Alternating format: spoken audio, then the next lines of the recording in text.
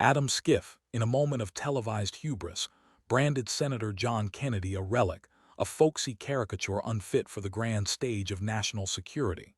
Then, Kennedy, with the quiet patience of a chess master, began to speak, and the words that followed were not a defense but a dissection. Yet that was merely the overture. The true symphony of destruction began when Kennedy unlatched his worn leather briefcase, revealing not just documents, but the architecture of a man's ruin. By the time the hearing reached its zenith, Schiff's own legal counsel would desert him mid-broadcast, a spectacle of professional abandonment. You will not be prepared for the moment a key ally from his own party rose to declare, "This is indefensible." The quiet man's retribution stands as perhaps the most methodical and complete political dismantling ever witnessed. Smash that like button and subscribe, because you are about to see how a titan's empire was turned to dust. The air in the Senate Judiciary Committee chamber was thick with anticipation, a palpable tension that clung to the marble columns like humidity. What had been scheduled as a dry, procedural hearing on intelligence oversight had metastasized into a political bloodsport. The word had gone out across Washington's intricate network of whispers and text messages. Adam Schiff was coming to end John Kennedy. The Californian, at the apex of his power, saw Kennedy not as a colleague, but as a symbol of a bygone era, a slow-talking Southerner whose folksy aphorisms were an insult to the complex machinery of modern governance.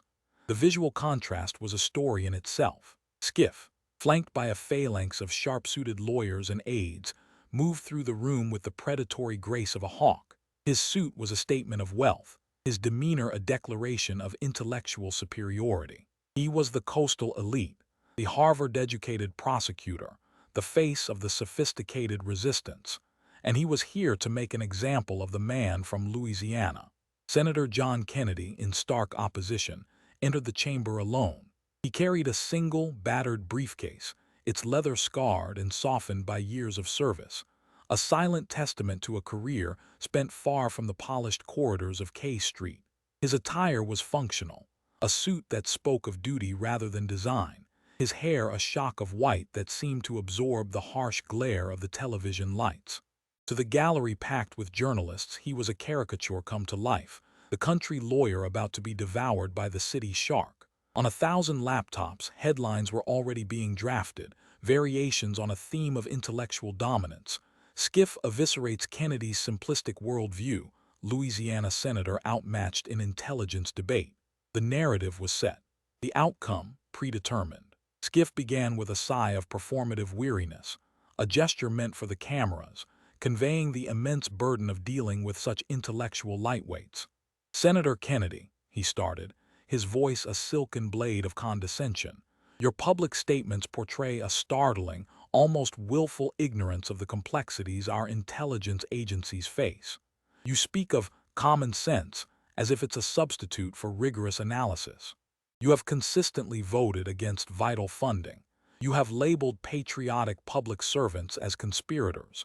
And you have championed a brand of populist anti-intellectualism that endangers this nation." Kennedy remained still, his gaze steady, his hands resting calmly on the table before him. He listened, not with the posture of a man preparing a rebuttal, but with the quiet intensity of a diagnostician observing a patient's symptoms. Schiff, emboldened by the silence, pressed his attack, his tone growing more personal, more dismissive. "Frankly, Senator, your folksy charm is a thin veneer over a profound lack of substance. Perhaps if you dedicated less time to crafting your next down-home soundbite for Fox News and more time engaging with the actual intelligence briefs, assuming the vocabulary isn't too challenging, you might grasp the gravity of these proceedings." A few staffers behind Schiff exchanged smug smiles. The trap was working. The country bumpkin was being exposed. "And the accent," Schiff added, unable to resist the final, contemptuous twist of the knife. "It's charming in a theatrical sort of way. But this is the United States Senate, not a casting call for a Faulkner novel. We have serious work to do."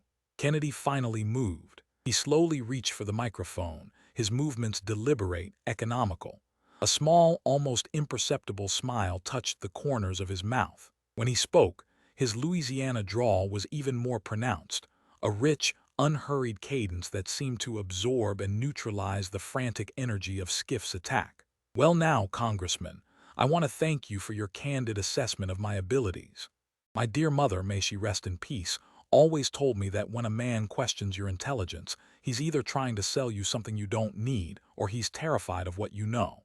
The room shifted. The first ripple of unease spread through the Skiff contingent. Kennedy continued, his voice as smooth as aged bourbon. "And since you've raised the issue of my education, or lack thereof, I feel compelled to clarify. I did struggle my way through a degree at Vanderbilt. Then I wrestled with a law degree from the University of Virginia. And then, for reasons I can't quite recall, I found myself across the pond at a little place called Oxford. A Rhodes Scholarship, I believe they called it. It was all very confusing for a simple boy from the bayou." The quiet in the room was now absolute. The smug smiles had vanished. Skiff's eyes blinked, a rapid, involuntary motion, the first crack in his polished facade. Kennedy reached into his battered briefcase, the clasps clicking open with a sound that echoed in the silent chamber. He withdrew a single, handsomely bound volume. "In fact, your comments prompted me to do a bit of my own reading.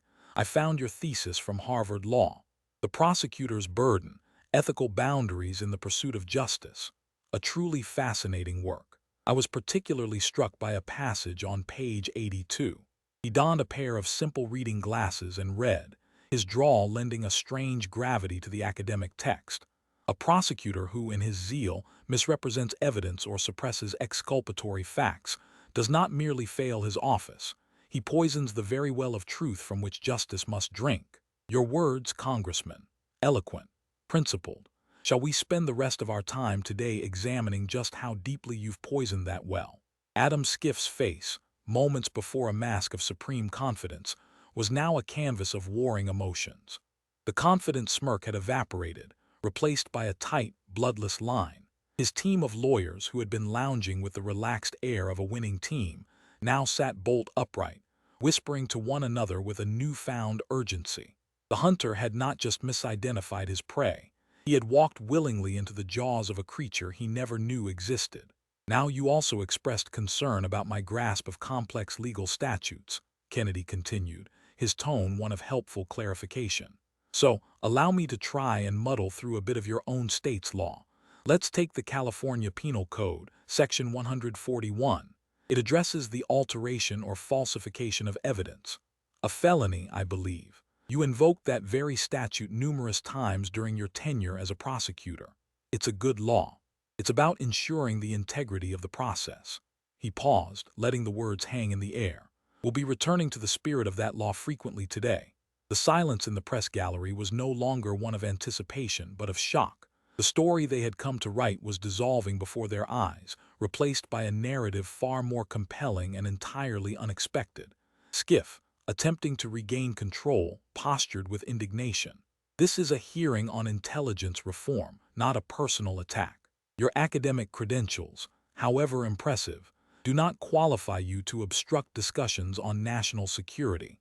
"On the contrary, Congressman," Kennedy interjected, his voice soft but insistent.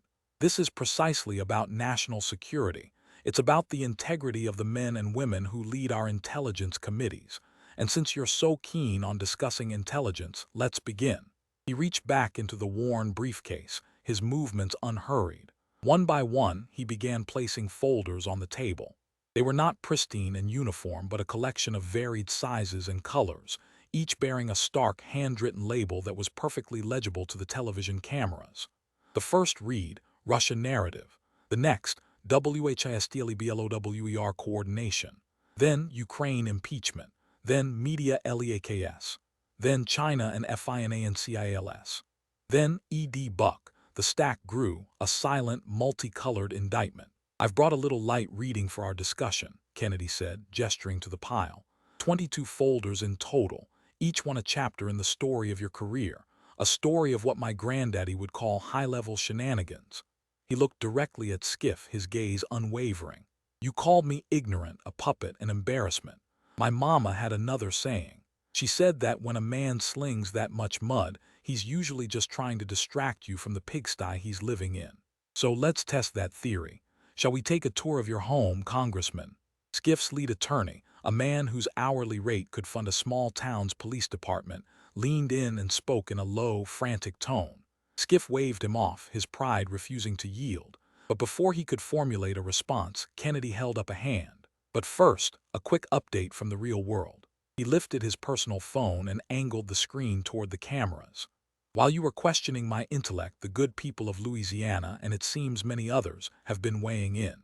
The screen showed a social media feed, a torrent of messages supporting Kennedy, interspersed with a growing wave of posts questioning Schiff, all tagged with the hearing's official hashtag. What's in Kennedy's folders was already trending. It seems those backward folks you hold in such contempt have a keen sense of smell, Congressman. They can detect, as my cousin Ray Ray says, a skunk at a garden party. And with all due respect, sir, you are starting to clear the room. The Democratic chairman, who had been enjoying the initial assault on his Republican colleague, now looked deeply uncomfortable. Gentlemen, let's try to maintain some decorum and stick to the hearing's chartered purpose. I couldn't agree more, Mr. Chairman, Kennedy replied with cheerful sincerity. Let's reform our intelligence oversight by first examining the intelligence of those doing the overseeing. Let's begin with a man who wouldn't know the truth if it sat on his face and wiggled. A few Republicans snorted with laughter. So, what's your pleasure, Congressman? Kennedy asked, his hand hovering over the stack of folders like a diner choosing from a menu. Do you want to continue your lecture on my intellectual shortcomings, or shall we begin your education? I've got all the time in the world, and unlike some people in this room, I find the truth doesn't get stuck in my throat. Schiff, cornered and furious, fell silent. His chief lawyer leaned in again, whispering more forcefully this time. Let's start with Russia, then, Kennedy said, his voice taking on the sharp edge of a prosecutor.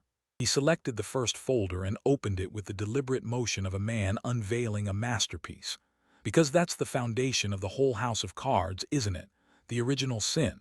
He pulled from the folder a large, professionally printed timeline, so long it unfolded across the desk. This is going to be more satisfying than finding a pearl in your oyster. He looked up, his folksy demeanor gone, replaced by a cold, analytical focus. Now, Congressman Schiff, let's address your most famous claim, the one you built your modern reputation on. You said on national television that you possessed more than circumstantial evidence of collusion between the Trump campaign and Russia. A bold statement. Reminds me of my Uncle Gene claiming he once wrestled a gator for a lost hubcap. Kennedy tapped the timeline. The difference is, Uncle Gene had the hubcap to prove it. You, sir, had nothing but a microphone and a desperate desire to be right. By my staff's official count, you repeated a variation of that lie to the American public on 312 separate occasions across television, print, and digital media. We have every single clip. Adam Schiff stiffened in his chair, his posture a defensive wall. I consistently stated that there was ample evidence of collusion, and I stand by that. The Mueller report itself detailed numerous contacts. Ah, the Mueller report, Kennedy said, his voice laced with a gentle, almost pitying irony. He reached into the Russian narrative folder and produced another document, this one bound in blue. I've read it, all 448 pages. Twice. It's a masterclass in saying nothing while using a great many words, but it contains a rather definitive sentence on page 182. Let me read it for the record.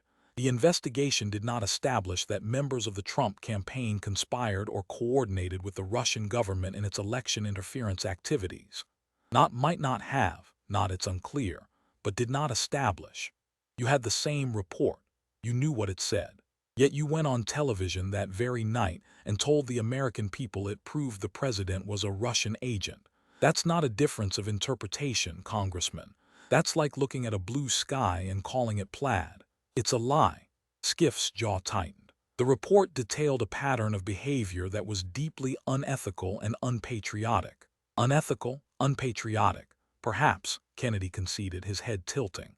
But you didn't accuse him of being unethical. You accused him of being a traitor, a conspirator. There's a difference.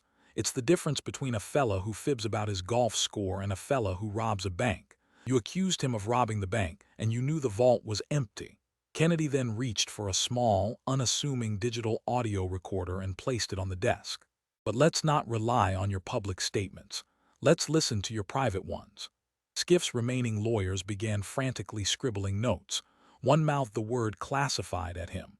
"I have here," Kennedy announced to the room, "a recording of a closed-door session of the House Intelligence Committee, dated February 6, 2019. Before you object, Congressman, this entire recording was declassified 3 weeks ago under a standard review. It seems the truth has a statute of limitations and yours has just expired." He pressed a button. A voice filled the chamber, Schiff's voice, but stripped of its public bravado, sounding weary and frustrated. "Look, I get it, we're not finding the direct link, but we have to keep digging. The pressure is immense. We can't come up empty-handed." Kennedy stopped the recording. The silence that followed was profound. He let the words hang in the air, a stark confession of politically motivated prosecution. "We can't come up empty-handed," Kennedy repeated softly. "Not we must find the truth, but we can't come up empty-handed." That is the voice of a man who has already decided on the verdict and is desperately searching for a crime to fit it. "Yet that very evening," Kennedy continued, his voice rising, "you stood before the cameras and told the nation you had seen clear evidence of collusion. That's not just hypocrisy, sir. That's a level of duplicity that would make a con man blush." The press gallery was a hive of activity. This was no longer a political debate, it was an autopsy. "But let's talk about who really had Russian connections," Kennedy said, his tone shifting again. He pulled a photograph from the folder. It was a faded, candid shot of two young men in university sweaters, arms slung around each other, grinning. One was a much younger Adam Schiff. "Recognize your old friend, Congressman. Let me help you. That's Yuri Petrov, your roommate at Harvard for 2 years. A delightful fellow, I'm sure. Son of a high-ranking Soviet diplomat. Last known employment: a senior executive at Gazprom, the Russian state energy giant. In Louisiana, we have a saying: the rooster that crows the loudest about the fox is often the one with feathers in his mouth. You spent years screaming about Russian influence, while your old college buddy was literally an agent of the Russian state. You projected your own history onto your political enemies like a movie projector." Schiff was aghast, his face a pale mask of fury. "My college roommate is irrelevant. This is an outrageous smear." "Is it?" Kennedy countered, his voice cold as steel. "Is it a smear to point out that the man leading the charge against Russian collusion had closer, more personal ties to Russian state power than the man he was accusing? It seems to me that's not a smear. It's a rather important piece of context you conveniently forgot to mention for 3 straight years." Kennedy then laid 2 documents side by side, using a wooden ruler to point as he spoke, as if tutoring a slow child. "And let's not forget your memo versus the Nuns' memo, a perfect case study in deception. The Nuns' memo stated that the Steele dossier, a work of fiction paid for by your political allies, was the primary basis for the FISA warrant. You called that a lie. The Inspector General's report later confirmed it was true. The Nuns' memo said the FBI failed to inform the FISA court that the DNC was behind the dossier. You called that a deceptive, Republican talking point. The Inspector General confirmed it was true. Every key assertion in the Nuns' memo, which you labeled as treasonous propaganda, was later proven to be factually correct. And every key assertion in your rebuttal memo was proven to be false. You're not just batting zero, Congressman. You struck out, argued with the umpire, and then tried to steal the bases after the game was over." A ripple of laughter, quickly suppressed, came from the Republican side of the room. Kennedy looked up from the documents, his expression one of exaggerated sympathy. "You spent 3 years of this nation's time, cost the taxpayers over $40 million, and divided the country to a degree not seen since the Civil War, all in pursuit of a ghost. You didn't have evidence. You had a narrative. You had a television camera, and you had a burning desire to overturn an election. That's not an investigation, Congressman, that's a coup, and you were its chief architect." He closed the Russia folder with a decisive snap. "The real tragedy, sir, is not that you were wrong. It's that while you were chasing this Russian phantom, the real threats to this country were ignored. While you were auditioning for your next cable news hit, our enemies were laughing." He leaned back, studying Schiff. "But don't you worry. We're just getting warmed up. As my grandpappy used to say, you don't stop digging just because you hit mud. You keep going till you hit rock bottom. And, sir, your career is a geological marvel." He reached for the next folder, the one labeled WHISTLEBLOWER Coordination. Now, this one is special. This is where you graduated from being a purveyor of falsehoods to an active conspirator in a plot to remove a sitting president. This is the difference between telling a tall tale and writing the script for the crime itself. Kennedy opened the second folder, WHISTLEBLOWER coordination, with the meticulous care of an archivist handling a fragile manuscript.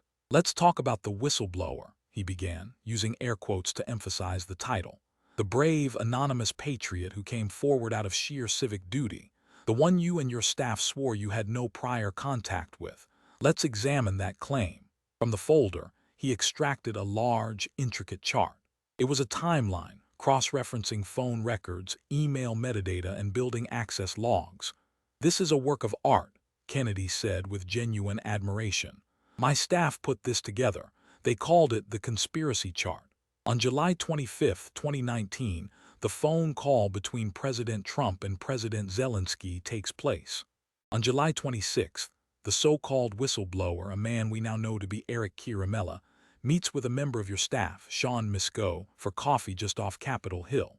We have the credit card receipt from the cafe. On July 28, Mr. Chiarimella has a 2-hour phone call with your office. We have the call log. Over the next 2 weeks, there are 17 separate contacts, emails, calls, and 2 more in-person meetings between the whistleblower and your Intelligence Committee staff. Then, on August 12th, he files his official complaint, a complaint your staff had helped him write, edit, and refine. Schiff, who had been staring blankly at the table, looked up, his eyes blazing with renewed fire. "That is a gross mischaracterization. My staff acted appropriately, providing guidance to a potential whistleblower as is required by law." "Guidance?" Kennedy echoed, his voice dripping with incredulity. "Congressman, you didn't give him guidance. You gave him a script. You were the director, the producer, and the co-writer of this little political theater piece. Then you had the audacity to go on national television and pretend you were hearing about it for the first time. Your performance of surprise was so convincing, you should have been nominated for an Emmy.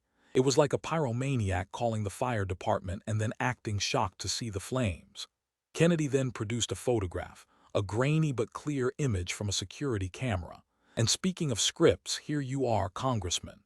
August 2nd, 2019. A Georgetown restaurant famous for its backroom privacy. And look who you're dining with. It's Mr. Chiarimella himself. 10 days before he filed his complaint. You're leaning in close, deep in conversation. What were you discussing? The weather? Or were you giving your star actor his motivation for the big scene?" The revelation hung in the air, a stunning indictment of direct coordination. Schiff was speechless. His remaining lawyer was frantically whispering, but Schiff seemed not to hear him. "But the real work of fiction," Kennedy pressed on, "the part that truly reveals the depth of your dishonesty, was your parody of the president's call.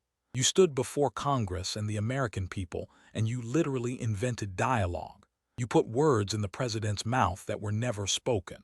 You created a fantasy and presented it as fact." He pulled out 2 transcripts, holding one in each hand. On the left, the official verbatim transcript of the call released by the White House. On the right, the Schiff version. "Let's compare." With devastating precision, Kennedy read the 2 versions aloud. The actual transcript was a meandering, diplomatic conversation. Schiff's version was a sinister caricature, a mob boss shakedown. The contrast was stark, undeniable, and deeply embarrassing. In the world of law, Congressman, this is called fabricating evidence. In the world of literature, it's called fiction. In your world, apparently, it's just another day at the office. You didn't just mislead the public. You committed a fraud upon the House of Representatives from the well of the House itself. It was like a bank teller announcing a robbery. Then you realize he's the one holding the bag of money. The press, which had been Schiff's greatest ally, was now his executioner.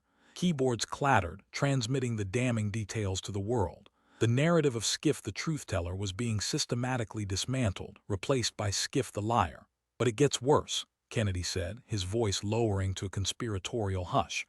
"Because it wasn't just about what you said, it was about what you hid." He pulled a thick, bound document from the folder. "This is the testimony of Ambassador Kurt Volker. You kept this hidden from the public and even from your Republican colleagues for months. Why? Because it completely destroyed your narrative. Let me read his sworn testimony. Question: did you ever see any evidence of a quid pro quo? Volker's answer. No. Question. Did the president ever connect the aid to an investigation? Volker's answer. No. You had testimony from the key official on the ground that there was no crime, and you buried it. You hid the single most important piece of exculpatory evidence. That's not oversight, Congressman. That is a cover-up. That is obstruction of justice in its purest form. He then produced another stack of documents. And it wasn't just Volker. You suppressed or selectively edited the testimony of 16 other witnesses whose accounts did not fit your predetermined narrative of guilt. 16. You hid more truth than my Aunt Patty hides Christmas presents, but she does it for fun. You did it to overthrow a democratically elected government. He began to place the documents on the table, one after another, each one a testament to a truth suppressed. You silenced the voices that contradicted you. You created an echo chamber in the basement of the Capitol, a secret court where only the evidence you approved of was allowed to be heard. You acted not as a chairman, but as a king. King George would have admired your methods, but the men who threw his tea in the harbor would have been appalled. They fought a revolution to prevent the very Star Chamber justice you resurrected. A young congressman from Texas, unable to restrain himself, called out, "He's right, they wouldn't let us see the transcripts." The chairman banged his gavel weakly, but the point had been made. Kennedy held up one final email, its subject line displayed for the cameras. Ray, edits to draft complaint. This, Congressman, is the smoking gun. An email from your head of staff to the whistleblower sent 2 days before the complaint was filed. It contains, and I quote, "a few suggested tweaks to strengthen the narrative." You didn't just get a heads up. You were the editor-in-chief of the whole sordid affair. He shook his head, a look of profound disappointment on his face. My departed father was a man of few words, but he had a saying, "You can't polish a turd." You, sir, took a lie, polished it with legalese, dressed it up in the flag of patriotism, and tried to sell it to the American people as the gospel truth. But at the end of the day, it's still what it is. He closed the folder. You didn't just betray your oath. You betrayed the very concept of a whistleblower. You turned a shield meant to protect the brave into a sword for partisan assassins. You corrupted one of the most sacred tools of government oversight. He reached for the next folder, this one a stark black binder labeled E.D. Buck. And now, Congressman, we must move from the realm of political corruption to the far darker world of human depravity. I suggest those with a weak stomach prepare themselves. We are about to wade into the California cesspool that you call your district, and from which you have drawn so much power and so much money. The atmosphere in the hearing room underwent a palpable change. The previous revelations, while politically explosive, had remained in the realm of process and power. But the stark black folder labeled E.D. Buck promised something different, something that transcended partisan politics. Kennedy handled it with a gravity that bordered on revulsion.